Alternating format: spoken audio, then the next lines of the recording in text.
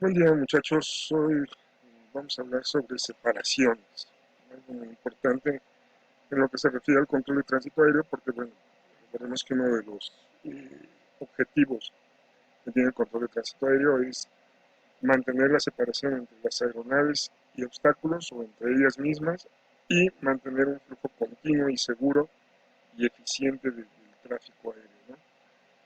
Entonces, vamos a establecer eh, cuáles son estos procedimientos, cuáles son las mínimas de separación para cada situación y vamos a ir conociéndolas, ¿no? Nos dice que el propósito realmente de las separaciones es establecer los procedimientos y mínimas de separación por procedimientos para ser aplicados en la separación de aeronaves durante la fase en ruta, así como de aeronaves en las fases de vuelo de llegada y de salida. También se permite establecer los procedimientos respecto a la aplicación de la separación vertical, establecer los procedimientos respecto a la aplicación de la separación horizontal y determinar las circunstancias en las cuales es posible reducir esta mínima separación. En este caso, se proporciona separación vertical u horizontal o ambas en cualquiera de los vuelos que se generan en los espacios aéreos de clase alfa y bravo. Recuerden que alfa es exclusivamente para vuelos IFR. Los vuelos IFR en el espacio aéreo clase Charlie, Delta y Eco, y los vuelos IFR y los vuelos BFR en el espacio aéreo de clase Charlie. Los vuelos IFR y los vuelos BFR especiales y los vuelos BFR especiales, cuando así lo prescriba la autoridad TS competente, excepto para los casos indicados en A y B. Anteriores, de alguna manera durante las horas diurnas, cuando se haya autorizado los vuelos para subir o descender en condiciones que de alguna otra manera permitan mantener contacto visual y de esta manera puedan mantener su propia separación y permanezcan en condiciones meteorológicas visuales. No se va a conceder ninguna autorización para ejecutar ninguna maniobra que reduzca la separación entre dos aeronaves a un valor menor que la separación mínima aplicable en las circunstancias y obviamente pues bueno la marcada por la autoridad competente, ¿no? En este caso deben aplicarse separaciones mayores que las mínimas especificadas siempre que las circunstancias excepcionales como la interferencia ilícita exijan precauciones adicionales. Sin embargo, esto debe hacerse teniendo debidamente en cuenta todos los factores pertinentes a fin de no entorpecer la corriente del tránsito para la aplicación de separaciones excesivas. Lo ideal es mantener el estándar, pero si se llegara a requerir, bueno, pues se puede mantener un poco de separación más grande, ¿no? Cuando el tipo de separación o de mínimas utilizadas para separar dos aeronaves no pueda mantenerse, se establecerá otro tipo de separación o de mínimas antes de que se infrinja la separación mínima vigente. Siempre que como resultado de falla o deterioro de los sistemas de navegación, de comunicaciones, de altimetría, de mando de vuelo u otros, se degrade el rendimiento de la aeronave por debajo del nivel requerido para el espacio aéreo en el que se está utilizando o en el cual se están realizando las operaciones, la tripulación de vuelo debe, por fuerza, notificar sin demora a la dependencia ATC en cuestión cuando la falla y o el deterioro afectan a la mínima de separación que se está actualmente empleando. El controlador deberá tomar o adoptar medidas para establecer otro tipo apropiado de separación o de mínimas de separación. En este caso, el piloto sí tiene que reportarlo inmediatamente cuando existe este deterioro que afecta a la separación mínima y de alguna manera el controlador tendrá que subsanar la situación, ¿no? En este punto tenemos que los aviones hay que recordar que vamos a encontrar que se separan, se les da separación vertical, longitudinal, transversal y oblicua. En este caso las más marcadas pues, son la vertical, la longitudinal y la transversal, ¿no?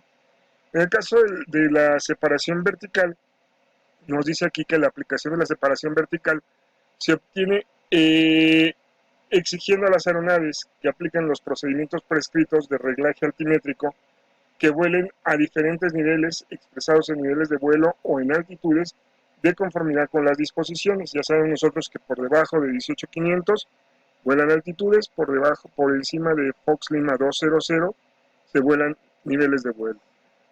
Aquí nos dice que la separación vertical mínima será la siguiente: dentro del espacio aéreo designado para el territorio nacional, nominalmente son 1000 pies por debajo del nivel de vuelo 290 y nominalmente 2000 pies por encima de 290 o por encima de 290, salvo lo previsto en el caso de el espacio RDCN, ¿no? Y dentro de otro espacio aéreo designado por las autoridades ATS competentes según las disposiciones de los acuerdos regionales de navegación aérea. Nominalmente, les digo, son 1000 pies por debajo del nivel de vuelo de 410 o de un nivel superior, si así se prescribe para uso en determinadas condiciones. Estamos hablando de RBCM, y nominalmente 2000 pies a 410 o por encima del mismo si no volamos en un espacio RBCM. RBCM significa reducción de separación vertical mínima. En este caso, los procedimientos para la aplicación de una separación vertical mínima reducida de 300 metros o 1000 pies entre los niveles de vuelo de 290 a 410 inclusive, ¿no? Si no hay espacio RBCM, las separaciones van de 2 en 2. Para la asignación de los niveles de crucero a vuelos controlados, la autorización de niveles de crucero se dará a todas las aeronaves, excepto cuando las condiciones de tránsito y los procedimientos de coordinación permitan la autorización de ascenso en crucero. En este caso, la dependencia TC normalmente asignará solo un nivel a cada aeronave fuera de su área de control. Es decir, no hay más asignación para un mismo nivel para dos aeronaves en tiempos menores a los prescritos por la autoridad competente. Es decir, el nivel al que la aeronave entrará en la siguiente área de control, que esté contigua o no, la dependencia TC receptora tiene la responsabilidad de expedir una autorización para continuar el ascenso según corresponda, y de ser pertinente se advertirá a las aeronaves que soliciten en ruta cualquier cambio de nivel de crucero los tráficos que pudiera encontrar en el ascenso o en el descenso. A las aeronaves que están autorizadas para emplear técnicas de ascenso en crucero se les permitirá operar entre dos niveles o por encima de un determinado nivel para reducir el riesgo de invasión de espacio de otra aeronave. Si es necesario cambiar el nivel de crucero de una aeronave que opera a lo largo de una ruta ATS establecida y que se extiende en parte dentro y en parte fuera del espacio aéreo controlado, o donde las series respectivas de niveles de crucero no son idénticas, el cambio se efectuará siempre que sea posible dentro del espacio aéreo controlado. Lo ideal es que sea ahí, no fuera del espacio aéreo controlado, porque entonces ahí sí no tenemos la referencia real de dónde anda esa aeronave, ¿no? En qué nivel está esa aeronave. Cuando se haya autorizado a una aeronave para que entre en el área de control a un nivel de crucero inferior al mínimo establecido para una parte subsiguiente de la ruta, la dependencia ATC responsable del área deberá expedir a la aeronave una autorización revisada y actualizada, aun cuando el piloto no haya solicitado el necesario cambio de nivel de crucero. Esto con el fin de advertirle que pues tiene que hacer el cambio y que pues de alguna otra manera darle la seguridad suficiente para que no se encuentre con un obstáculo o con cualquier otra aeronave que venga en sentido contrario. En este caso se podrá conceder autorizaciones a las aeronaves para que cambien de nivel de crucero en el momento, lugar o velocidad vertical especificados, ¿no? O sea, hay un punto específico que el controlador va a determinar para ahí cambiar, ya sea el nivel de vuelo o el nivel de crucero en el que vuela el avión, o la velocidad vertical que necesita o que se requiere para ese cambio, ¿no? Dentro de lo posible, los niveles de crucero de las aeronaves que se dirijan hacia un mismo destino se asignarán de forma que correspondan a la secuencia correcta de aproximación a dicho destino. Es decir, los niveles de crucero que van hacia un lugar se asignarán de forma que correspondan a los autorizados o los que son correctos para llegar directamente a la aproximación, para poder llegar al destino sin demora, ¿no? Sin gasto excesivo de combustible. Las aeronaves que sigan un nivel de crucero tendrán normalmente prioridad sobre otras que soliciten usar ese nivel, es decir, yo llegué primero, pues yo vuelo ese nivel y ya los que quieran integrarse pues tendrán que esperar o a que pase yo o que sea antes de que yo pase por ahí. Si dos o más aeronaves siguen el mismo nivel de crucero, normalmente tendrá prioridad la que vaya adelante, ¿no? Esa es la que llegó primero al nivel de crucero y la que va ganando de alguna otra manera, pues distancia antes que el que viene atrás, ¿no? Los niveles de crucero o en el caso de ascenso en crucero, la serie de niveles que hayan al de asignarse a los vuelos controlados se escogerán entre aquellos asignados a los vuelos IFR de la tabla de niveles de crucero estándar que nosotros conocemos o de una tabla de niveles de cruceros modificada cuando así lo prescriba la autoridad competente previo acuerdo, ¿no? Hay algunos por sí que son tan grandes los espacios aéreos que ellos asignan cambios de crucero de nivel de crucero cuando hay un cambio de región, de región o de centro de control, pero ya es previo acuerdo entre los controladores, tanto el de un sector como el del otro sector, ¿no? Para vuelos que se realicen por encima del nivel de vuelo 410, es decir, 41.000 pies, si bien la correlación entre niveles y derrotas prescrita en dicha tabla no tiene aplicación cuando se indique de otro modo en las autorizaciones del control de tránsito aéreo o lo haya especificado de otro modo la autoridad ATS, competente en las publicaciones de información aeronáutica.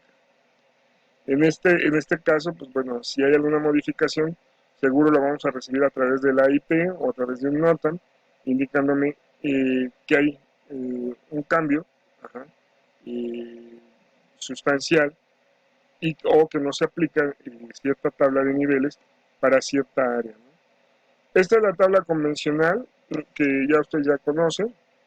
Nosotros tenemos que, si yo vuelo en una derrota comprendida entre 00 y 179, voy a volar a altitudes impares, ajá, si son BFR pues serán impares más 500, y es decir, si voy al este, al noreste, al sureste, voy a volar a altitudes nones, si voy al suroeste, al noroeste o al oeste, voy a volar a altitudes pares. En el caso de los vuelos visuales, pues serán nones más 500 y pares más 500, ¿no? Aquí tenemos, esto es como están, en el caso del IFR, es de 0 a 179 son nones, 1000, 3000, 5000, 7000, 11000, 13000, en esa orden. De 180 a 359 son pares, ajá, 2000, 4000, 6000, 8000, 10000, 12000, 14000, etc, etc, ¿no? Esto hasta que, bueno, alcanzamos el nivel de vuelo 290. Ya de 290 van a ir de dos en dos, o sea, va a ir 290 hacia el lado, entre 00 y 179 irá 290, entre 180 y 359 irá 310, luego el que sigue será 330 hacia el este, 350 hacia el oeste, y así en esa orden de ideas. Pero si el espacio aéreo es RBCM, por encima de los 29.000 pies es RBCM, pues entonces continuamos con el esquema de los 1000 pies. Entonces, sí, ahí tendré de 0 a 179, como lo marca aquí en esta tabla, 290, luego en sentido contrario 300, 310, 320, 330. Aquí la separación será de 1000 pies, pero solo es en espacios RBCM. En el caso de los espacios inferiores a 20.000 pies, que son usados por aeronaves de tipo BFR, aquí será igual, o sea, serían nones, entre 0 y 179 son nones más 500, y entre 180 y 359 serán pares más 500, ¿no? Básicamente, estas son las tablas a las que se refieren, y bueno, se van seleccionando los niveles en función al nivel de crucero que previamente se le ha asignado o que ha seleccionado la aeronave en cuestión que va a volar. Esto da la separación vertical de manera positiva, de tal manera que el riesgo de colisión entre aeronaves a distintos niveles pues es muy bajo. Incluso ahora en el espacio RDSM, ya con los nuevos sistemas de guía, o sea, porque hay que recordar que tiene que estar certificada la aeronave, la tripulación y la compañía, es muy difícil que haya algún incidente. De tal manera que, bueno, los niveles de vuelo sugeridos son estos, ¿no? Aquí nos dice separación vertical durante el ascenso o el descenso. Podrán autorizarse que una aeronave pase a un nivel previamente ocupado por otra aeronave después de que ésta haya notificado que lo ha dejado libre, excepto cuando se sabe que existe turbulencia fuerte o la aeronave que está a más altura está en vuelo de crucero o la diferencia de rendimiento de las aeronaves es tal que pueda llevar a una separación inferior a la mínima aplicable, en cuyo caso se cancelará dicha autorización hasta que la aeronave que deje libre el nivel haya notificado que se encuentra en otro nivel o está pasando a este con la separación mínima requerida para tal efecto, ¿no? Cuando las aeronaves en cuestión se han establecido en el mismo circuito de espera, esto ya es en las esperas, se prestará atención a la aeronave que desciende a la velocidad vertical marcadamente distinta y de ser necesario, pues bueno, se deberán aplicar otras medidas tales como especificaciones de velocidad, tanto horizontal como una velocidad vertical de descenso máxima para la aeronave que se encuentra a más altura y una velocidad de descenso mínima para la aeronave que está a menos altura. Esto con el fin de asegurar que se mantenga una separación requerida. Los pilotos que mantengan comunicación directa entre sí, se les puede autorizar con consentimiento de ambos a que mantengan una separación vertical determinada entre sus respectivas aeronaves durante el ascenso o el descenso. Eh, la separación horizontal eh, tiene ciertas generalidades, ya hablamos de entonces separación vertical, y bueno, ahora hablaremos sobre la separación horizontal. En general, nada de las disposiciones detalladas en los párrafos que vamos a ver, que, denominados 4.2 y 4.3, que figuran a continuación, impiden que la autoridad ATS competente establezca, primero, otras mínimas para uso en circunstancias no prescritas, es decir, si no están las aeronaves acorde a una determinada situación ya establecida o definida, pues bueno, el controlador podrá ofrecer otras mínimas en función a las necesidades que tenga en ese momento. Y condiciones adicionales a las prescritas para el uso de una mínima separación determinada, siempre que se mantenga en todo momento el nivel de seguridad inherente a las disposiciones detalladas que figuran en los párrafos 4.2 y 4.3 siguientes que vamos a observar. En el caso del 4.2 nos habla de la separación lateral, es decir, ¿qué criterios y mínimas de separación lateral se toman? Bueno, la separación lateral se aplicará de tal manera que la distancia entre aquellas partes de la ruta previstas a lo largo de las cuales las aeronaves deben mantener separadas lateralmente no sea nunca menor que una distancia establecida para las que se tengan en cuenta las inexactitudes de navegación. Es decir, debe de haber un margen específico de seguridad. Este margen de seguridad lo determinará la autoridad correspondiente y se incluirá como parte integrante de las mínimas de separación lateral. También se obtiene separación lateral de aeronaves exigiendo a estas que vuelen por rutas diferentes o sobre puntos geográficos distintos que se puedan determinar por observación visual, mediante ayudas para la navegación aérea o con el equipo de navegación de área, el famoso RNAV o ARNAV. Cuando se recibe información que indique que existe una falla de equipo de navegación o un deterioro a un nivel inferior de los requisitos de rendimiento de navegación, el ATC, según corresponda, aplicará otros métodos o mínimas de separación. Hay que recordar que aquí es un binomio entre el ATC, entre el control de tránsito aéreo, y las tripulaciones, ¿no? La aplicación de la separación lateral entre los medios por los cuales puede aplicarse esta separación se incluyen los siguientes. Por referencia, que en este caso pueden ser a los mismos o diferentes lugares geográficos, mediante informes de posición que indiquen de manera positiva que las aeronaves están sobre lugares geográficos diferentes y cuya determinación se efectúe visualmente o por referencia de una ayuda para la navegación. Por decir, en el ejemplo tenemos esta aeronave, está reportando que está pasando en este punto, y este está reportando que está pasando en este punto, entonces el controlador automáticamente, bueno, pues tiene la certeza de que las dos aeronaves están ya en ciertos puntos o dejando ciertos puntos y que por tanto no pudiera existir conflicto de que se vayan a cruzar. Si esta estuviera por decir aquí y apenas fuera a reportar esto y esta viniera en sentido contrario, bueno, pues entonces ahí ya habría un problema, ¿no? Otra forma es utilizando la misma ayuda o el mismo método de navegación, exigiendo a las aeronaves que sigan determinadas derrotas o rumbos con una mínima de separación apropiada a la ayuda o al método de navegación empleado.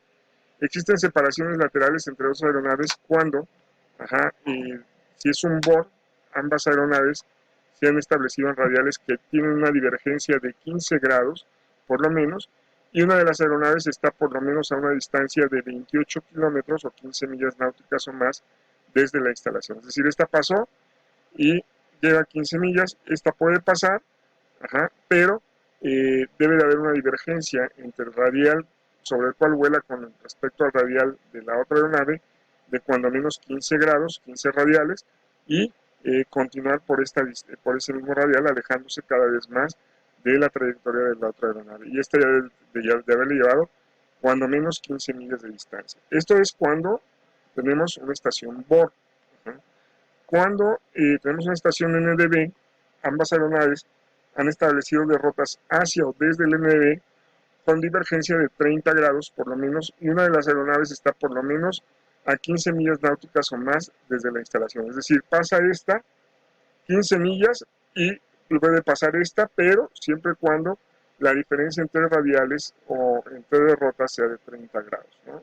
¿Por qué 30 grados? Bueno, porque recordemos que en el caso del BOR, pues el BOR es un poco más exacto, el NDB es un poco más antiguo, es un poco menos inexacto, y entonces por eso es que existe esta diferencia más amplia en el caso de los radiales o grados de derrota de separación. En el caso de estima, denominada DR, ambas aeronaves se han establecido en derrotas que tienen que tener una divergencia de 45 grados por lo menos, y una de las aeronaves debe estar por lo menos a una distancia de 15 millas náuticas. Esas son de a cajón, o más desde el punto de intersección, desde las derrotas, determinándose este punto ya sea visualmente o por referencia a una ayuda de la navegación o a un objeto plenamente identificable desde el aire, un objeto visual que puede ser de alguna otra manera un elemento orográfico, ya sea natural o artificial, ¿no? Y en este caso, determinados este punto, ya sea visualmente o por referencia a una ayuda de navegación, y se ha establecido que ambas aeronaves se están alejando de la intersección que cruzaron. O sea, aquí tengo el fijo, esta pasa primero, 15 millas después es recomendable que ya pase la otra, pero aquí la diferencia, la apertura angular es muy grande porque, bueno, pues realmente no van con ninguna radioayuda, van a estima o de manera visual, y entonces, pues sí, para evitar riesgos de que el viento me sacó o que exista algún riesgo de acercamiento, pues van a abrirse con 45 grados. El mismo caso aplica, por si vienen hacia adentro, o sea, hacia el cruce, hacia adentro. En el caso de las operaciones ARNAV, recordemos ARNAV es navegación por área, ambas aeronaves se han establecido derrotas que tienen que generar una divergencia de 15 grados por lo menos, y el espacio aéreo protegido asociado con una aeronave no se superpone con respecto al espacio aéreo protegido asociado con la derrota de la otra aeronave. En este punto, esto se determina aplicando la diferencia angular entre las dos derrotas o rumbos y el valor correspondiente del espacio aéreo protegido. El valor derivado se expresa como una distancia desde la intersección de dos derrotas en la que existe una separación lateral. En este caso, se pueden utilizar ayudas o métodos de navegación de cualquier tipo y se establece la separación lateral entre aeronaves que utilizan ayudas de navegación diferentes. O cuando una aeronave está utilizando un equipo ARNAV, asegurándose que los espacios aéreos protegidos derivados para la o las ayudas de navegación o RNP no se superpongan, ¿no? Vamos a hablar en este caso de las operaciones ARNAV en las que se especifica RNP en derrotas paralelas o rutas ATS. Dentro del espacio aéreo designado o en rutas designadas en las que se especifique que se puede volar RNP, ajá, eh, se puede obtener la separación lateral entre aeronaves con un equipo ARNAV, ajá, un equipo de navegación de área, exigiendo que las aeronaves establezcan en los ejes de derrotas paralelos o rutas ATS separadas a una distancia que garantice que no se superpongan los espacios aéreos protegidos de las derrotas o rutas ATS. Acuérdense que RNP es la navegación por performance. Ajá. Entonces, eh, ahí tenemos distintos niveles de RNP. Lo que es un hecho es que, bueno, las operaciones ARNAV, en los casos que se especifica que cuentan con RNP, en derrotas o rutas ATS que se intersectan, pues debe de tener una precisión muy milimétrica, porque los aviones hay que recordar que, bueno, cuando generalmente operan estas condiciones, las separaciones son muy pequeñas, o sea, tanto verticales, y de alguna otra manera, pues las laterales también se ven atenuadas, ¿no? Entonces sí se requiere que sean muy precisas. La utilización de esta separación está limitada a las derrotas que se intersectan o que convergen o divergen respecto a un punto común con un ángulo entre 15 y 135 grados. Para las derrotas intersectantes, los puntos de entrada y salida del área en las cuales la distancia lateral entre las derrotas es menor que la mínima requerida, se denominan puntos de separación lateral. En el área demarcada por los puntos de separación lateral se denomina que es el área de conflicto, ¿no? Ahorita vamos a ver una imagen por ahí. En este caso, la distancia de los puntos de separación lateral desde la intersección de la derrota se determinan por un análisis de riesgo de colisión y dependen de factores complejos, tales como la exactitud de navegación de la aeronave, la intensidad del tránsito, el coeficiente de ubicación e incluso hasta la intensidad y dirección del viento, ¿no? Existe separación lateral entre dos aeronaves cuando por lo menos una de ellas está fuera de esa área de conflicto o está efectuando una transición a un espacio aéreo en el que se aplican mínimas superiores a la separación lateral existente y en este caso la separación lateral cuando las aeronaves ya la tengan previamente establecida en derrotas que están muy detalladas, muy especificadas y que estén separadas por mínimas apropiadas. Es decir, dentro de esto encontramos que las derrotas tengan una divergencia en 15 grados por lo menos hasta que se establezca la separación mínima lateral correspondiente. También siempre que sea posible asegurar, se utilizan medios aprobados por la autoridad ATS competente, que las aeronaves deben de contar con la capacidad de navegación necesaria para lograr una guía de derrota precisa, ¿no? Aquí tenemos, o sea, esta es la aeronave que va a cruzar, esta es la otra aeronave que va a cruzar, y bueno, aquí deben de haber estos puntos de separación lateral, que son los puntos de conflicto. Si este ya entró y ya va en este punto, ya está saliendo a este punto de separación lateral y este apenas va a entrar, bueno, el riesgo de conflicto es mínimo.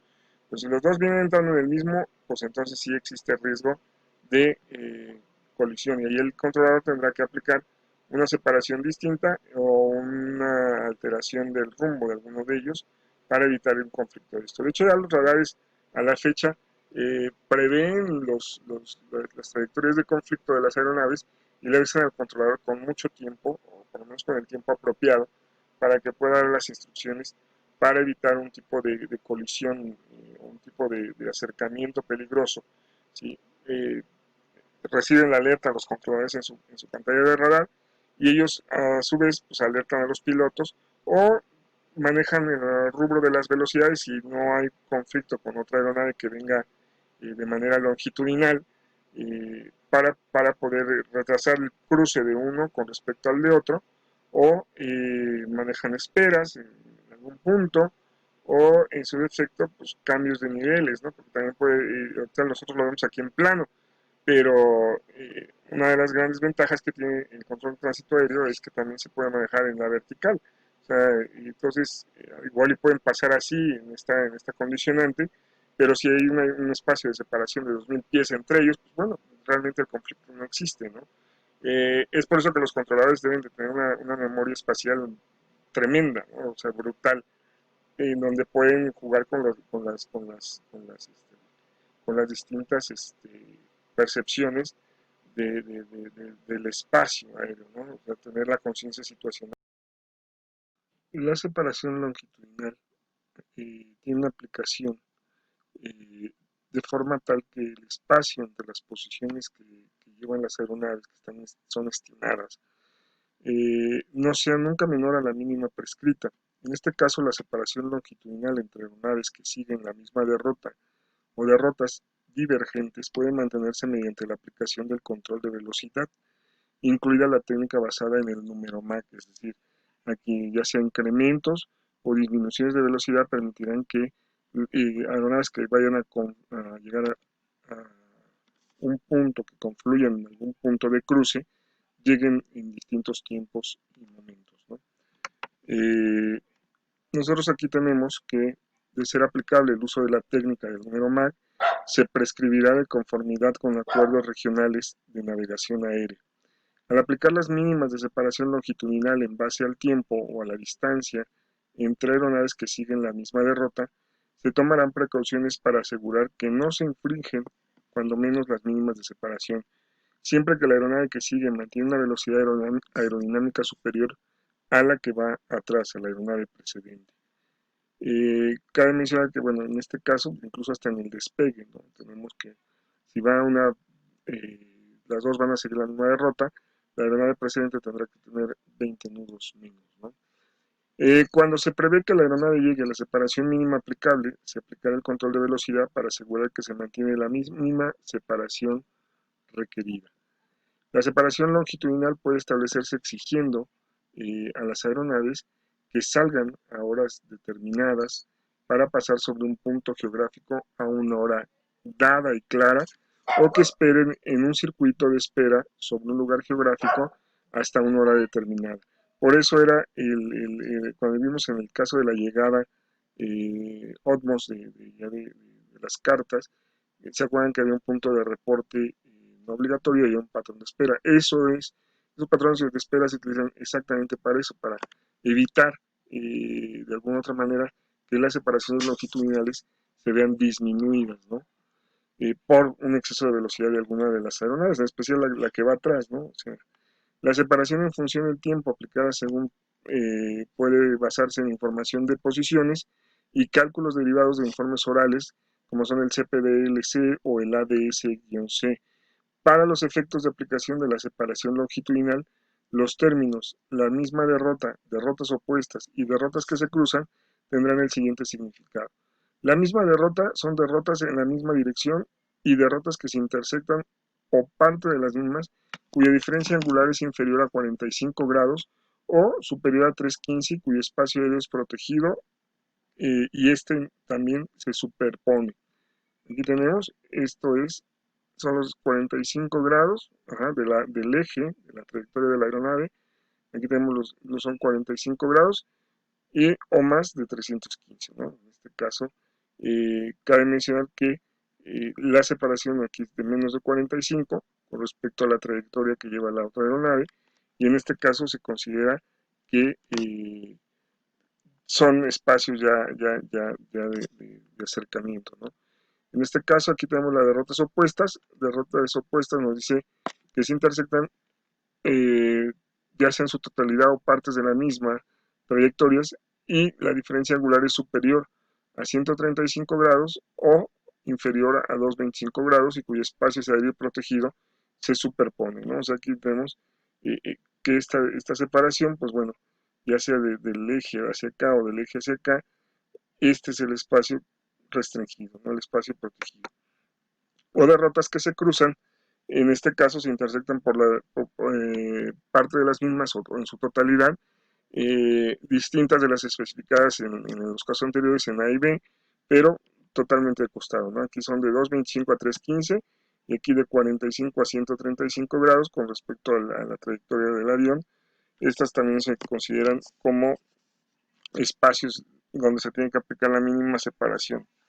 En este caso, la mínima separación longitudinal en función de tiempo son aeronaves que mantienen el mismo nivel y que siguen la misma derrota, en este caso 15 minutos o 10 minutos si las ayudas para la navegación permiten determinar frecuentemente la posición y la velocidad, como en el caso de los bores, o 5 minutos en los siguientes casos, siempre que en cada caso la aeronave precedente mantenga una velocidad verdadera que exceda en 20 nudos o más a la aeronave que sigue, ¿no? Aquí son los famosos 20 nudos que les comentaba. Aquí tenemos por decir, si van volando las dos aeronaves, la separación mínima entre las dos aeronaves deberá ser de cuando menos 15 minutos. Si hay ayudas para la navegación que permitan precisar más claramente la posición de la aeronave, entonces esta reducción, este tiempo también podrá reducirse en hasta 10 minutos, ¿no?, de separación entre avión y avión. Entre aeronaves que han salido del mismo aeródromo, también tenemos separaciones. Dice que si van a tener eh, derrotas divergentes, la separación es de 1 minuto. Y si son derrotas, la misma derrota, pero con esa diferencia de 20 nudos, pues podrán ser hasta 5 minutos, 2 minutos o 5 minutos, dependiendo del tipo de aeronave. Entre aeronaves en ruta que hayan notificado exactamente sobre el mismo punto significativo de notificación, o entre aeronaves que salgan y otra en ruta después de que la aeronave en ruta haya notificado sobre un punto de posición situado, de tal forma que en relación al punto de salida se asegure que puedan establecer una separación de 5 minutos, que es lo que comentamos, en el punto en que la aeronave que sale entrará en la ruta aérea o en las rutas nacionales usando la técnica de número MAC. También podemos aplicar 3 minutos en los casos enumerados en C, siempre y cuando en cada caso la aeronave precedente mantenga una velocidad verdadera que exceda en 74 kilómetros por hora o en 40 nudos o más a la aeronave que le sigue. Aquí tenemos los ejemplos. Básicamente, teniendo el aeródromo punto de notificación, esta dio una velocidad excedente con respecto a esta de 20 nudos, la separación que podrá aplicarse será de 5 minutos. Aquí tenemos el aeródromo punto de notificación, pero si esta aeronave, que es la que precede, lleva una velocidad que excede en 40 nudos o más a la que va atrás, entonces la separación entre aeronave y aeronave deberá de ser, o podrá ser, de 3 minutos, ¿no? Creo que aquí está más, en estas gráficas está más claro, ¿no?, de cómo se van a mantener estas separaciones. Obviamente, bueno, depende mucho la velocidad que exista, de la cual exceda esta con respecto a esta, para poder mantener esta separación. Más adelante vamos a ver algunos problemas llamados problemas de encuentro y de alcance, donde vamos a manejar esta información para que vean ustedes esas separaciones, cómo las manejan, ¿no?, fuera de un sistema de radar. Aquí tenemos aeronaves que mantienen el mismo nivel y que siguen de rutas que se cruzan a 15 minutos en el punto de intersección de las derrotas, o 10 minutos si las ayudas para la navegación permiten determinar frecuentemente la posición y la velocidad. En este punto, por decir, aquí esta cruza y esta tendrá que esperar, o tendrá que haber una diferencia entre que esta pase y con respecto a esta de 15 minutos. Si tenemos ayudas para la navegación que nos permiten determinar claramente y en todo momento la posición, bueno, este tiempo de separación se reduce en 10 minutos. Ajá. ¿Por qué? Bueno, porque tenemos una forma más precisa de ubicar realmente dónde está el avión. Aquí no tenemos la certeza que realmente cruzó ya o que está por cruzar, pues por eso le damos esos 15 minutos de separación. Aquí sí ya tenemos claramente y plenamente la posición de las aeronaves, y entonces, bueno, la separación es menor, ¿no? Acuérdense que aquí será en minutos, ¿no? No será en millas. Aeronaves que asciendan o desciendan y que sigan la misma derrota cuando una aeronave vaya a cruzar al nivel de otra que sigue la misma derrota, se establece la siguiente separación longitudinalmente: 15 minutos cuando no exista separación vertical. Es decir, aquí viene este avión, viene este nivel, el nivel de vuelo 250, o 7600 metros, y este viene ascendiendo. Ajá. La diferencia en tiempo debe ser de 15 minutos, es decir, este pasó y 15 minutos después viene el otro ascendiendo para que el cruce efectivo se dé al mismo nivel con el tiempo de 15 minutos entre las dos aeronaves y alcance el nivel que busca y tenga esos 15 mismos minutos de separación. O sea, es básico, en todo momento del cruce, ya sea de ascenso o descenso, deberá tener ese tiempo de separación mínima entre la aeronave que cruza el nivel y la que está volando en el nivel. Aquí tenemos el otro ejemplo, que es el de descenso. Inicia estaba adelante, 15 minutos antes empieza el descenso, cruza el nivel del otro 15 minutos antes y llega a su nivel 15 minutos antes de que la aeronave esté cruzando ya el nivel, ¿no? También nos dice 10 minutos cuando no exista separación vertical, pero esta separación se autorizará únicamente donde las ayudas para la navegación permitan determinar frecuentemente la posición y la velocidad. Es decir, aquí tengo la ayuda para la navegación, ¿sí? Aquí tengo el avión va volando a 250 y aquí son 10 minutos, pero aquí ya tengo yo la referencia del bord, entonces ya sé que este avión qué distancia tiene con respecto al bord y este también qué distancia tiene con respecto al bord y de esta manera puedo mantener esa separación de 10 minutos, manteniendo la seguridad de las dos aeronaves durante el cruce, ya sea de ascenso o durante el cruce de descenso. En este caso igual, son 10 minutos, ¿no? 10 minutos empieza a descender 10 minutos de diferencia se llevan entre los dos, este cruza, llevan 10 minutos de separación y este llega al nivel de vuelo autorizado inferior y mantiene los mismos 10 minutos de separación. Esto incluso es bueno porque de alguna otra manera evita que la aeronave que está cruzando después sea susceptible a la turbulencia de estela que deje el otro avión que está cambiando de nivel. Aquí me dice 5 minutos cuando no exista separación vertical, siempre que el cambio de nivel se inicie dentro de los 10 minutos a partir del momento en que la segunda aeronave ha notificado encontrarse exactamente sobre un punto de notificación preciso. Con el fin de facilitar la aplicación del procedimiento, cuando hay que hacer un cambio de nivel es considerable, puede autorizarse a la aeronave que descienda a volar a algún nivel conveniente sobre la aeronave que está más abajo, o puede autorizarse a la aeronave que asciende a volar un nivel conveniente por debajo de la aeronave que está más alta para asegurarse y tener otra verificación de la separación que se obtendrá cuando no exista separaciones verticales. En general, de esta manera aseguramos que la aeronave no tenga el riesgo de cruzarse con la otra, ¿no? Aquí si ustedes observan, bueno, tengo 10 minutos y aquí están los 5 minutos remanentes, el cruce, pero aquí van a ser que yo vuele en este nivel 5 minutos y ya después tengo el cruce y luego los otros 5 minutos acá.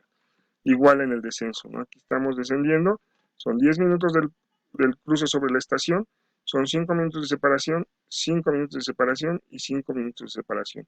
De tal manera que existe poco riesgo de que las dos aeronaves coincidan de alguna otra manera de manera peligrosa, ¿no? Aquí me dice aeronaves que ascienden o descienden y que siguen de rutas que se cruzan deben de mantener 15 minutos cuando no exista separación vertical. Estos son los 15 minutos. Aquí este va de 240 a 260, entonces empieza su ascenso una vez que el otro ya cruzó y le lleva 15 minutos. Para de tal manera que cuando cruce el nivel, hay una separación de 15 minutos al mismo nivel y cuando llegue a su nivel, pues tenga esa misma separación de los 15 minutos. Igual ocurre en el descenso, ¿no? 15 minutos antes empieza el descenso, aquí cruza el nivel 15 minutos antes que cruce el otro avión y llega a su nivel de crucero inferior 15 minutos antes de que la otra aeronave pase sobre ese mismo punto, ¿no? Nos dice que 10 minutos, cuando no exista separación vertical, si las ayudas para la navegación permiten determinar frecuentemente la posición y la velocidad. Para tal ejemplo, aquí tenemos las figuras 11, 17A y 11, 17B, en donde nos muestra aquí, esta aeronave está volando a 250, y la separación es de 10 minutos, eh, cruza 10 minutos después de que la aeronave ya pasó y ya está reportando la ayuda para la navegación y llega a su nivel de crucero 10 minutos después, ya una vez que la aeronave ya cruzó y se está cruzando sobre la estación. De esta manera nos permite exactamente determinar la posición de las dos aeronaves, ya sea antes o dentro del cruce de la ayuda para la navegación. Aquí tenemos el descenso igual, son 10 minutos antes hasta alcanzar el nivel de crucero y se mantiene el nivel de vuelo. Dice, aeronaves que siguen de rutas opuestas, cuando no se proporcione separación lateral, la vertical se proveerá por lo menos 10 minutos hasta minutos antes y hasta 10 minutos después del momento en que se prevea que las aeronaves cruzarán o se hallan en el mismo nivel. Cuando se hayan determinado positivamente que las aeronaves se han cruzado, no es necesario aplicar esta mínima. Ok, cuando se hayan determinado positivamente que las aeronaves ya han cruzado, pues no es necesario aplicar esta mínima, ¿no? Cabe mencionar aquí, bueno, lo vamos a ver gráficamente. Aquí tenemos, eh, este ya cruzó, momento que se prevé que las aeronaves se cruzan, 10 minutos después inicia su descenso o 10 minutos después inicia su ascenso, entonces aquí ya el cruce ya fue positivo, ya no hay tanto problema, ¿no? Las mínimas de separación longitudinal basadas en distancias utilizando el equipo medidor de distancia, el DME o el GNSS, que es lo nuevo, es el nuevo sistema de navegación, nos establece que la separación debe mantener por lo menos la distancia o distancias especificadas entre las posiciones de las dos aeronaves y que se notifiquen con referencia al DME junto con otras ayudas para la navegación apropiadas. Ajá, en este caso, pues el GNSS, ¿no? Es un sistema global de navegación más eficiente que el GPS. Este tipo de separación se aplicará entre dos aeronaves que utilicen DME, equipo medidor de distancia, o dos aeronaves que utilicen GNSS, o entre una aeronave que emplee DME y una aeronave que use GNSS. Siempre se mantendrá comunicación directa entre el controlador y el piloto mientras se utilice tal separación.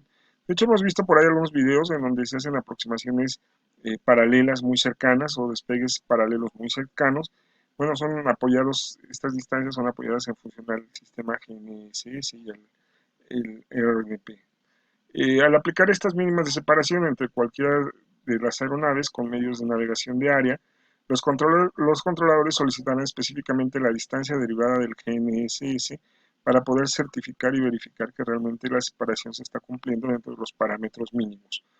Las aeronaves al mismo nivel de crucero que siguen la misma derrota, en este caso tendrán una separación de 20 millas siempre que cada aeronave utilice las mismas estaciones DME en la derrota o cuando las dos aeronaves utilicen DME, ¿sí? O una estación DME en la derrota y un punto de recorrido en un emplazamiento común cuando una aeronave utilice un DME y la otra utilice el sistema de navegación global. O el mismo punto de recorrido cuando las dos aeronaves utilicen el GNSS. Y la separación se verifique por medio de lecturas DME o las lecturas del mismo sistema GNSS. Simultáneamente desde las perdón, simultáneamente desde las aeronaves a intervalos frecuentes para asegurar que bueno, no se infringe la separación mínima apropiada. En este caso, 10 millas náuticas siempre que la aeronave que va adelante mantenga una velocidad verdadera que exceda en 20 nudos o más a la aeronave que sigue. Cada aeronave debe utilizar las mismas estaciones DME en la derrota cuando las dos aeronaves utilicen DME o una estación DME en la derrota y un punto de recorrido de emplazamiento común cuando una aeronave utilice un DME y la otra utilice el GNSS. El mismo punto de recorrido cuando las dos aeronaves utilicen el GNSS. La separación se verifica por medio de las lecturas, igual DME, aquí tenemos el ejemplo, tengo el DME, y la distancia de separación entre las dos aeronaves deberá ser de 20 millas siempre que se cuente con este sistema. Aquí tenemos el DME, velocidad que excede en 20 nudos o más a la que va precede, y en este caso se puede hacer la reducción a 10 millas, ¿no?, de separación. Sabemos que de alguna otra manera van a mantener constante esta separación porque este lleva 20 nudos más arriba y no hay riesgo de un acercamiento o de un alcance positivo, ¿no? Básicamente estas son las separaciones. El día de mañana vamos a ver algunas más que hay todavía, porque todavía nos faltan. Y bueno, está para ustedes que investiguen qué es el GNSS. Y pues bueno, nos vemos mañana. Espero que esto les sirva. Vamos a poner un video anexo también para que lo chequen, lo verifiquen. Y pues cualquier duda ya saben en los comentarios, cualquier sugerencia en los comentarios. Y pues, nos vemos mañana. Que tengan un excelente día. Muchas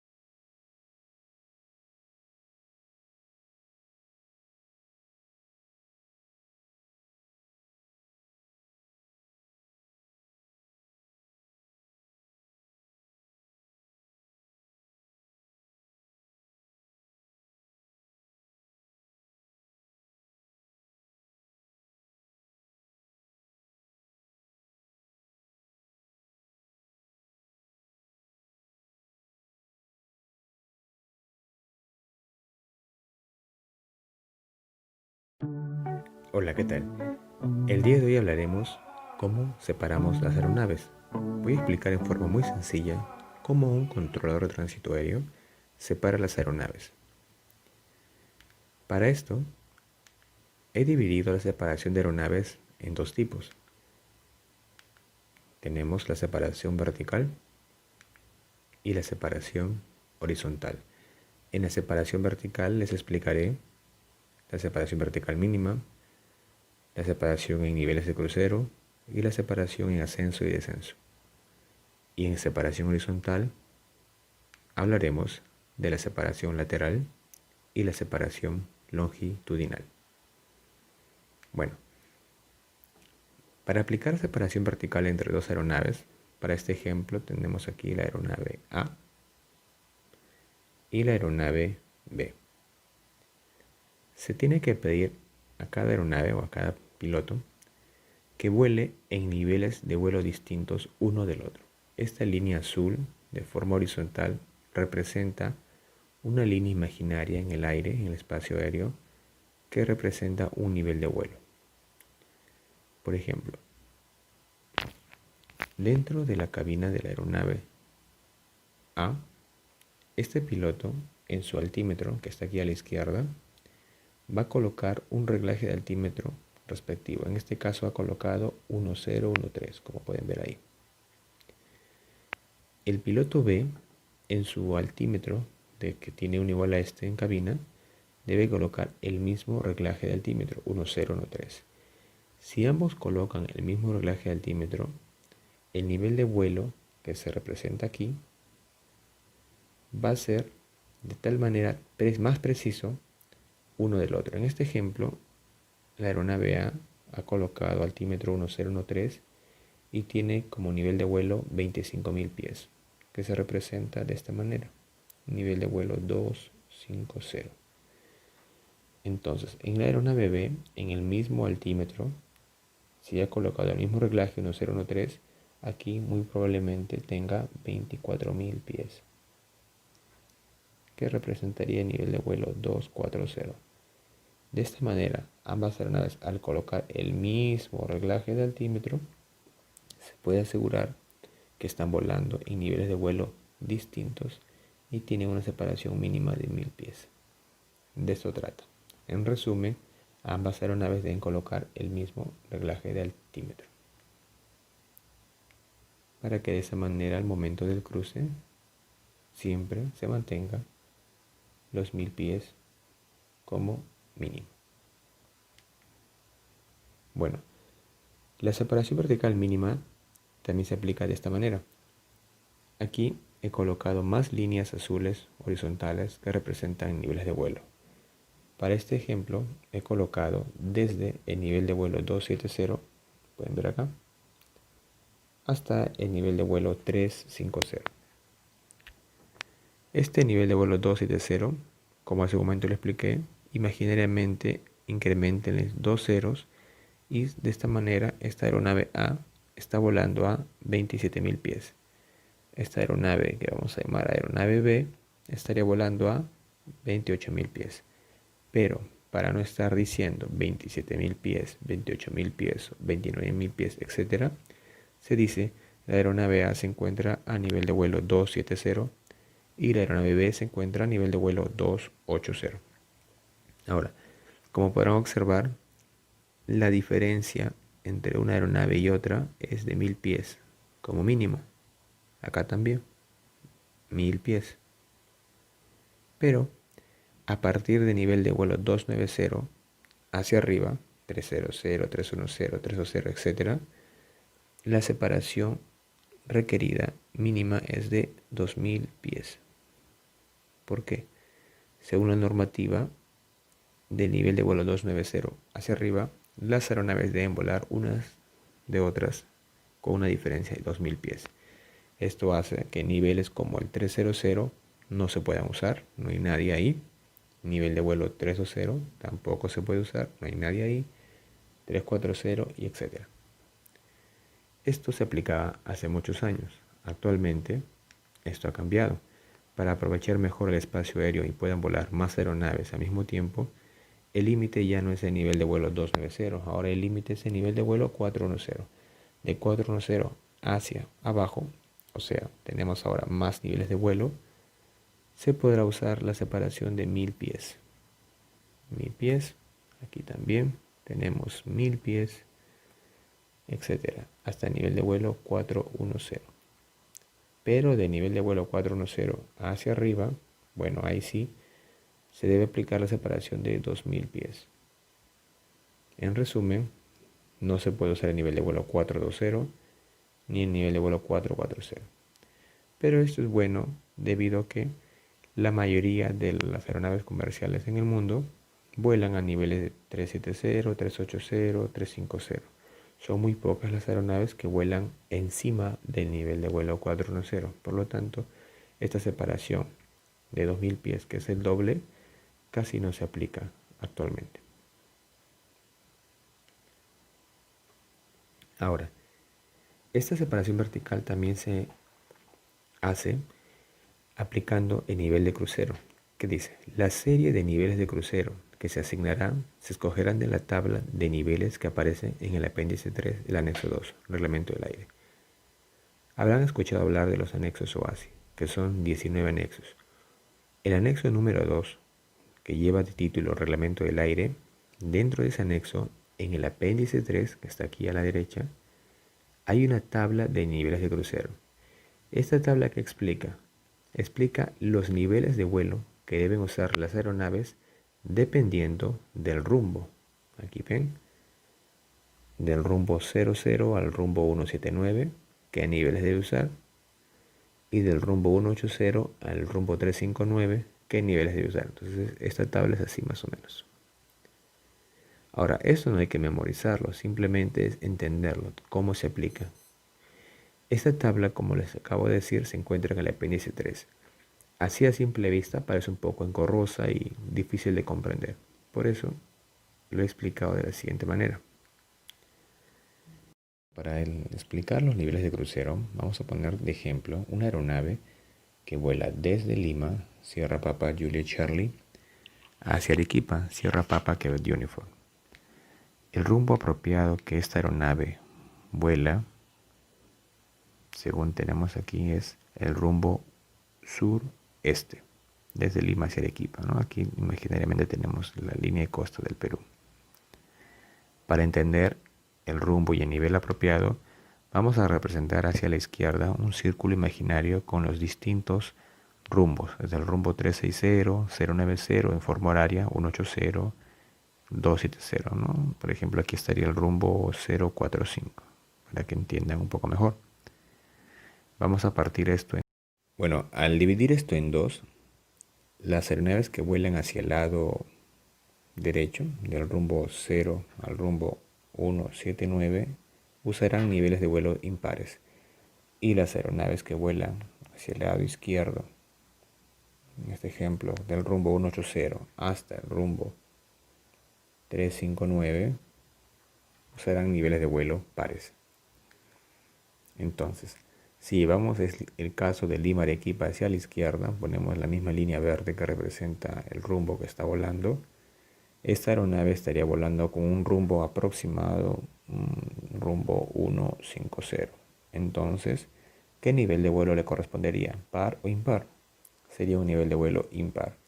Para este ejemplo colocaremos el nivel de vuelo 350, que es un nivel de vuelo impar. En resumen, un vuelo de Lima hacia Arequipa volará siempre con un nivel de vuelo impar. Para el ejemplo, 350. Pero, por otro lado, en el retorno, un vuelo desde Arequipa hacia Lima, vamos a representar nuevamente la línea de costa, en sentido opuesto, si lo llevamos a nuestra circunferencia imaginaria nuevamente, veremos que en este caso la aeronave con un rumbo noroeste, este rumbo sería aproximadamente el rumbo 330, se le debería asignar un nivel de vuelo par. Para este ejemplo, nivel de vuelo 340. ¿Esto para qué sirve? Para que en el caso hubiese dos aeronaves, digamos aeronave A y aeronave B, ambas volando en sentido opuesto, una de Lima hacia Arequipa y la otra de Arequipa hacia Lima, por la misma ruta, para que no haya peligro de colisión. Aquí nuevamente Lima, Arequipa, ¿no? Está en la línea de costa, el océano. Aquí tenemos la aeronave que va de Lima hacia Arequipa, la aeronave A, y de Arequipa hacia Lima, la aeronave B. Ambas se encuentran a niveles de vuelo distintos, con una separación de 1000 pies.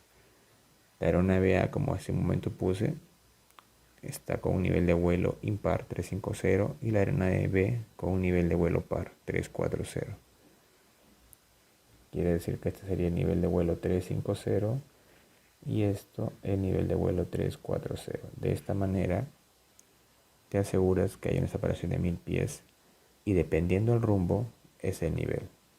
Así nunca podría haber peligro de colisión si es que cada uno respeta el reglamento de que cuando vuelas en esta dirección, en el rumbo 150, sería un nivel impar. Cuando vuelas en el lado opuesto, como por ejemplo el rumbo 330, debería ser un nivel de vuelo par. Bueno. Ahora, la separación vertical, ¿cómo se aplica en el ascenso y el descenso? Aquí tenemos varias aeronaves volando en distintos niveles de vuelo. ¿Cómo aplicamos una separación vertical de ascenso y descenso? Imaginemos esta aeronave que vamos a llamar aeronave A se encuentra a nivel de vuelo 290, aquí está de amarillo, y solicita al controlador transitorio ascender a nivel de vuelo 310. Entonces de 290 quiere ascender a nivel de vuelo 310. Desea colocarse en este nivel por distintos motivos, performance, etcétera, turbulencia, lo que sea. Entonces en control se le autoriza, a la aeronave A está autorizado para ascender a nivel de vuelo 310. La aeronave empieza a ascender. No habría ningún problema. Pero, ¿qué pasaría si tenemos dos aeronaves? Aeronave A y aeronave B. La aeronave A desea ascender de nivel de vuelo 270 hasta nivel de vuelo 310. Y la aeronave B solicita ascender de nivel de vuelo 290 hasta el nivel de vuelo 350. Pero para este ejemplo, ambas aeronaves solicitan el ascenso al mismo tiempo. Y como podrán ver, están casi una encima de la otra. Si tú, como controlador transitorio, autorizas ascenso de estas aeronaves al mismo tiempo, podría pasar esto. Están ascendiendo, pero la aeronave B, que está aquí abajo, es un poquito más rápida y se está acercando peligrosamente a la aeronave A.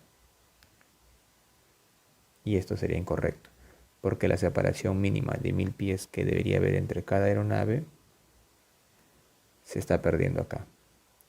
Entonces, por reglamento, cuando una aeronave B, aeronave A, para este ejemplo nuevamente, cuando una aeronave quiere ascender debajo de otra y va a cruzar el nivel que la aeronave A, por ejemplo, está teniendo, debes asegurarte que ha dejado completamente el nivel antes de autorizar el ascenso. Digamos, a la aeronave B, en vez de decirle autorizado de 270 a 310, se le dice que ascienda a nivel 290, siempre y cuando la otra aeronave ya haya dejado el nivel libre. Tienes que asegurarte que una aeronave dejó el nivel libre para permitirle a la otra aeronave que ocupe ese nivel. Y así sucesivamente con distintas instrucciones te vas asegurando que puedes subir a un nivel siempre y cuando la otra aeronave lo haya dejado. Y así podrás mantener la separación mínima requerida y no habrá ningún problema. De eso trata. Bueno, en el siguiente video explicaremos la otra parte, la separación horizontal. Ya hemos tocado lo que es la separación vertical mínima, niveles de crucero y el ascenso y el descenso. En el video número 2 tocaremos la separación horizontal, lateral y longitudinal. Bueno, los esperamos. Gracias.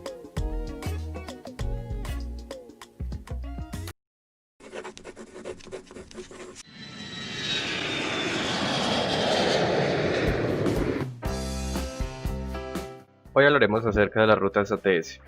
Para efectos de esta explicación, vamos a tomar en cuenta que la expresión ruta ATS vamos a aplicarla según el caso de aerovías, rutas con asesoramiento y rutas con o sin control. Entonces, ¿qué es una ruta ATS? Según la BASI, esta es la definición de ruta ATS. Es una ruta especificada que se ha designado para canalizar la corriente de tránsito según sea necesario para proporcionar los servicios de tránsito aéreo. Recordemos que son los servicios de tránsito aéreo, los cuales son tres, que es el servicio de control de tránsito aéreo, servicio de información de vuelo y el servicio de alerta. Podemos decir que dentro del espacio aéreo se encuentra una red de rutas ATS que está destinada para la canalización y ordenamiento del tránsito aéreo. Al igual que también podemos decir que una ruta ATS es una trayectoria normalizada, comprendida entre radioayudas y fix o waypoints, utilizando rumbos magnéticos, como lo podemos ver en el ejemplo.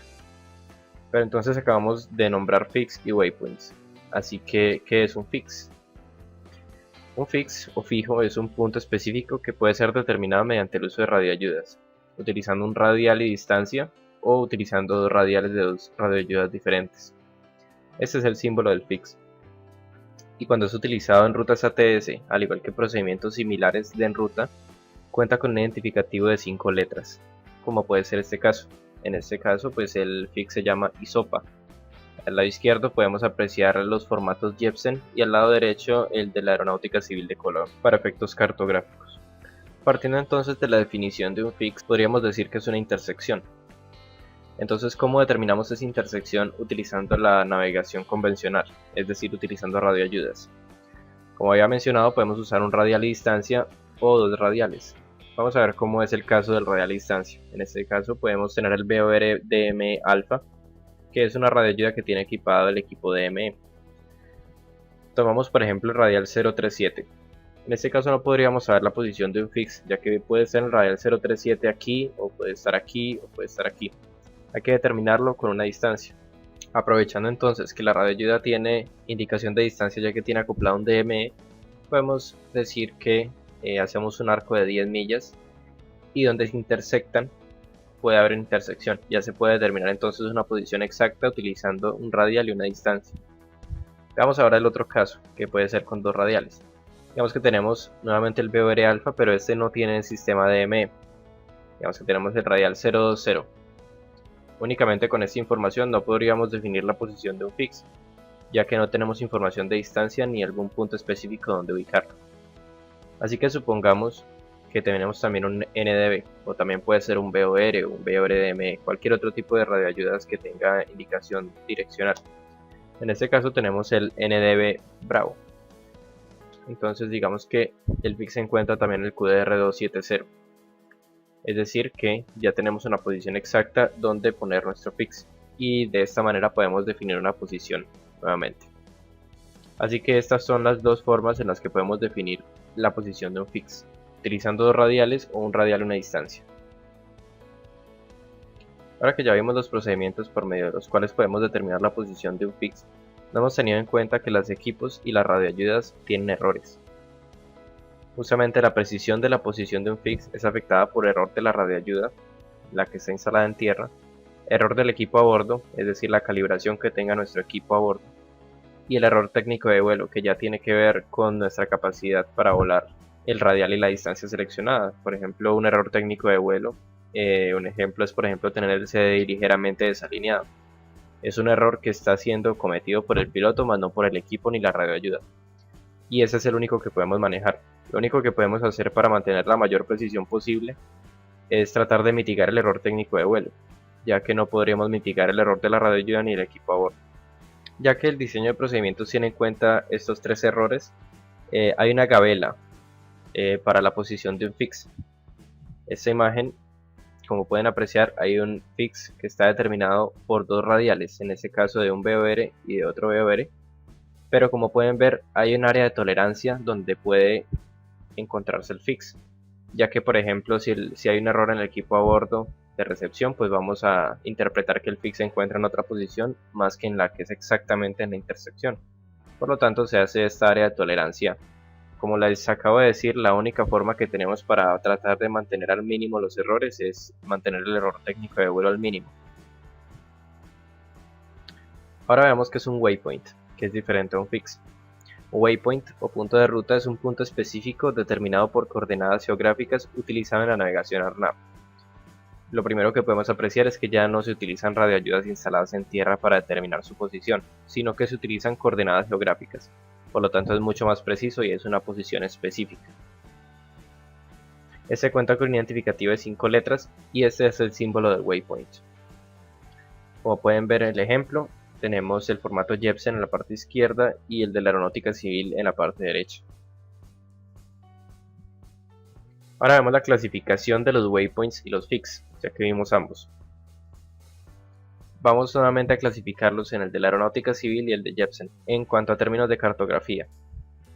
Así que tenemos el fix de notificación obligatoria, el fix de notificación meteorológica obligatoria, el fix de notificación a solicitud, waypoint de notificación obligatoria y waypoint de notificación a solicitud.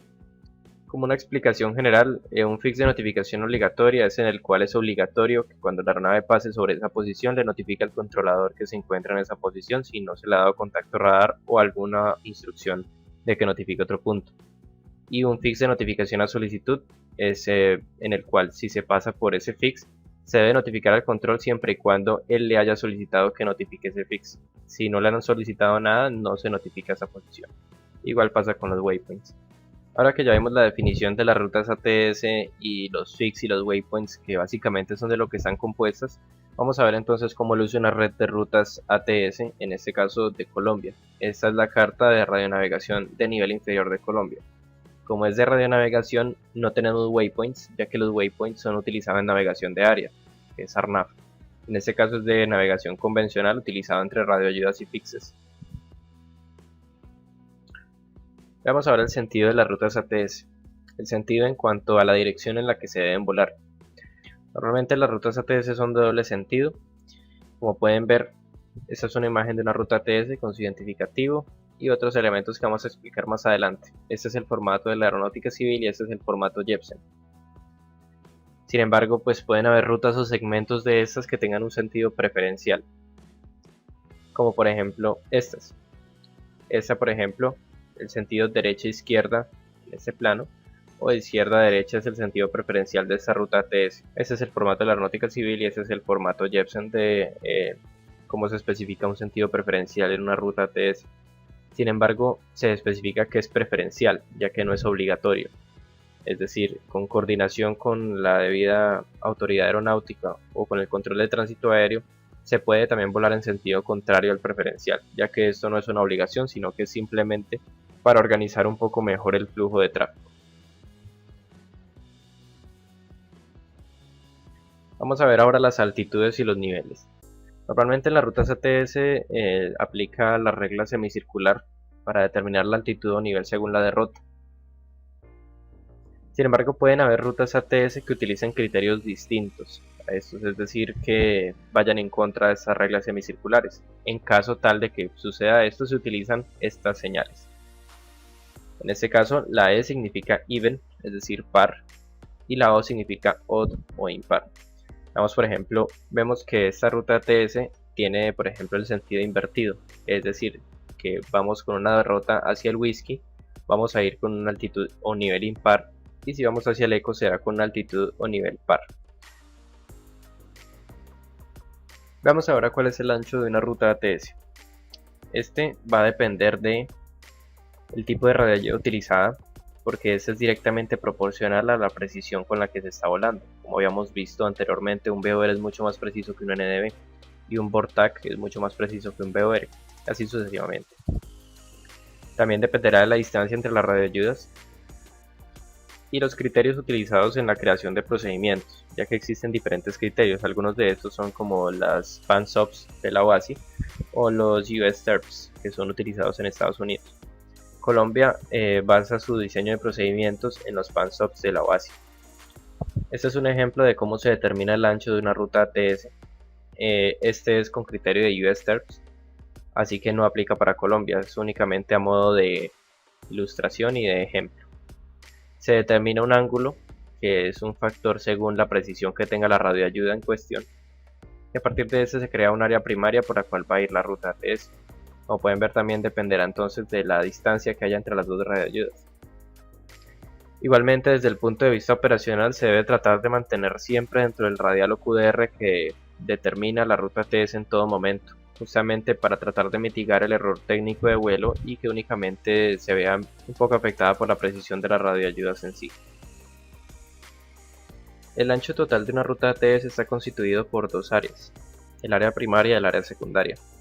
En este caso podemos ver en esta ilustración que el área primaria corresponde a la mitad del ancho y cada una de las partes secundarias a un cuarto de este ancho. Estos conceptos nos servirán ahora para explicar los criterios que se utilizan para librar obstáculos y la altitud mínima sobre obstáculos en una ruta ATS.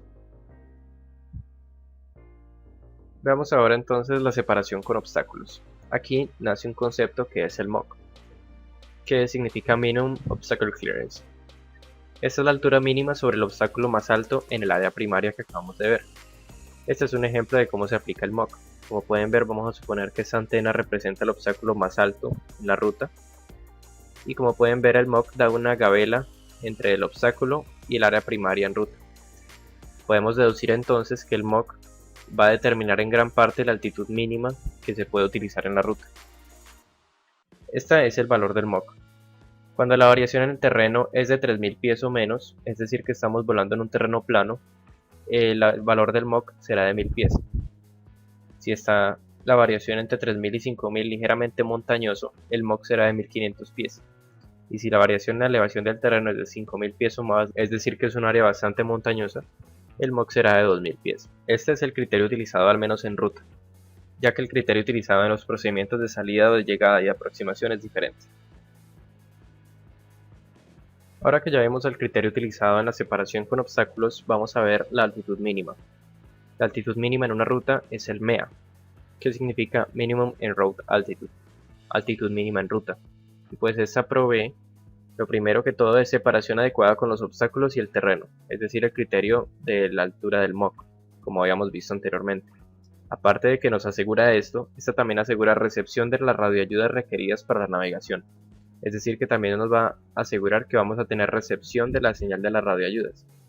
Al igual que también tendremos cobertura de las comunicaciones ATS cuando sea un espacio aéreo controlado o se proporcione un servicio de información de vuelo. Después de evaluar estos diferentes aspectos, se determina el MEA, es decir, altitud mínima en ruta, que viene siendo la altitud más alta que cumpla con todos estos requisitos. Este es un ejemplo del MEA, en formato de la Aeronáutica Civil de Colombia, en este caso es 5000 pies, y en formato Jepsen es unos 5000 pies en esta ruta. En las rutas ATS de espacio aéreo superior, el MEA mínimo es de nivel de vuelo 245 en Colombia, ya que en Colombia el espacio aéreo superior inicia en nivel 245, y las rutas ATS de espacio aéreo superior, como veremos a continuación, son rutas dispuestas para el uso únicamente en este espacio aéreo. Hablemos ahora sobre el Navigation Signal Gap, también conocido como MEA Gap. Esta es utilizada cuando se prevé o es conocido que en algún tramo de la ruta ATS habrá una pérdida de la señal de radioayudas utilizadas entre este. Este es el símbolo del MEA Gap. Y este es un ejemplo en su utilización en una ruta ATS. Se utiliza entonces cuando se sabe que ya sea por alguna obstrucción o por alguna característica de la radioayuda emisora o justamente porque ya está demasiado lejos, habrá una pérdida en la señal, se especifica con el MEA Gap. Igualmente, la distancia máxima que se puede recorrer sin señal de radioayudas depende también de los criterios utilizados en la construcción de procedimientos, como vimos anteriormente, que eran los ICAO PANSOPs o los TERPs. Veamos ahora las distancias entonces. En las cartas se especifica la distancia por cada tramo de una ruta ATS. En este caso podemos ver entonces que la distancia por cada tramo se puede leer en la parte superior de la ruta, y en ese caso equivale a 68 millas y en este equivale a 38 millas. También se especifica la distancia total entre radioayudas, es decir, no directamente entre los tramos, sino entre las dos radioayudas que sirven la ruta.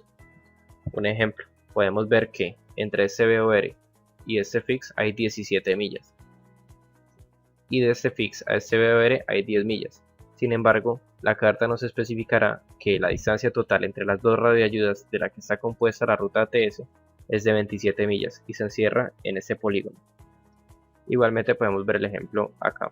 32 millas entre este fix y este VOR, 31 entre este VOR y este fix, y sin embargo se explica que hay 63 millas entre los dos veedores.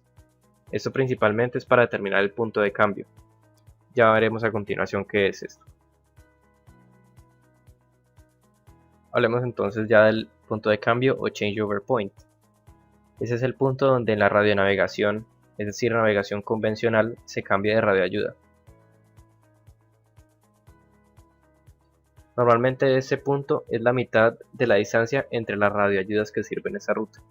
Vamos a poner un ejemplo. Digamos que estamos saliendo del BOR A por medio de la ruta ATS Golf 437 hacia el BOR B.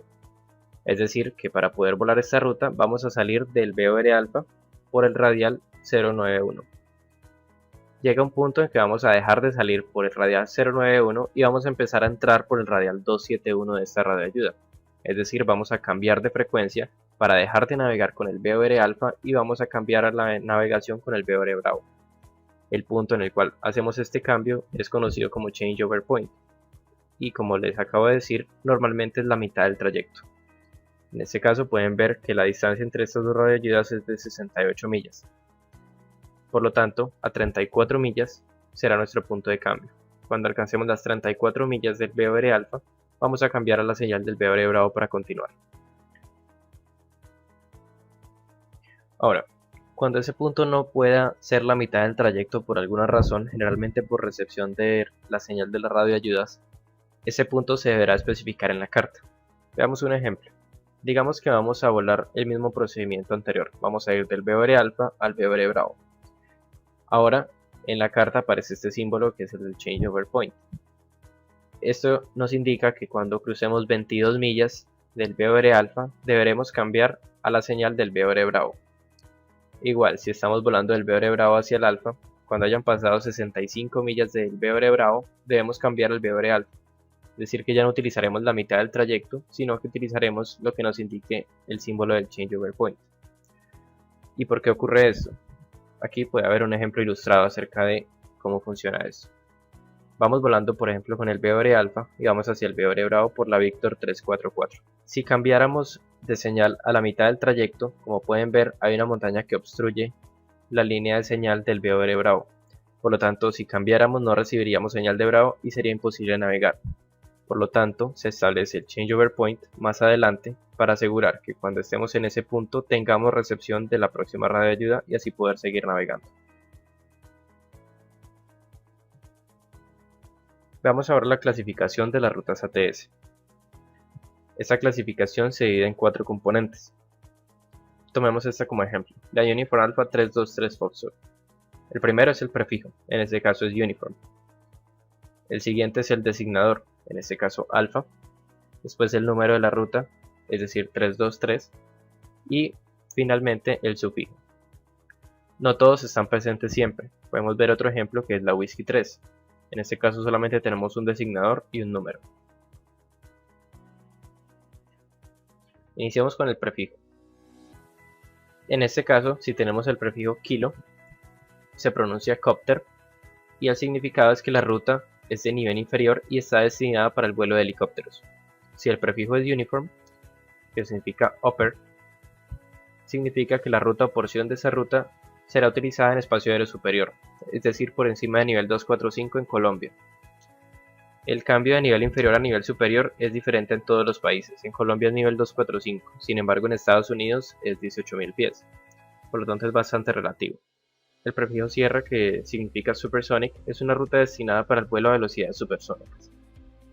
Veamos ahora el designador. Si el designador es Alfa, Bravo, Golf o Romeo, significa que esta ruta hace parte de la red regional de rutas ATS y no está destinada para el uso ARNAV. Es decir, que solamente tiene fixes y radioayudas, no tiene waypoints. Si el designador es Lima, Mike, November o Papa, es que esta ruta ATS hace parte de la red regional de rutas ATS y está destinada para el uso ARNAV, es decir, que utiliza waypoints únicamente y radioayudas. Si el designador es Hotel, Juliet, Victor o Whiskey, es que esta ruta no hace parte de la red regional de rutas ATS y tampoco está destinada para el uso ARNAV.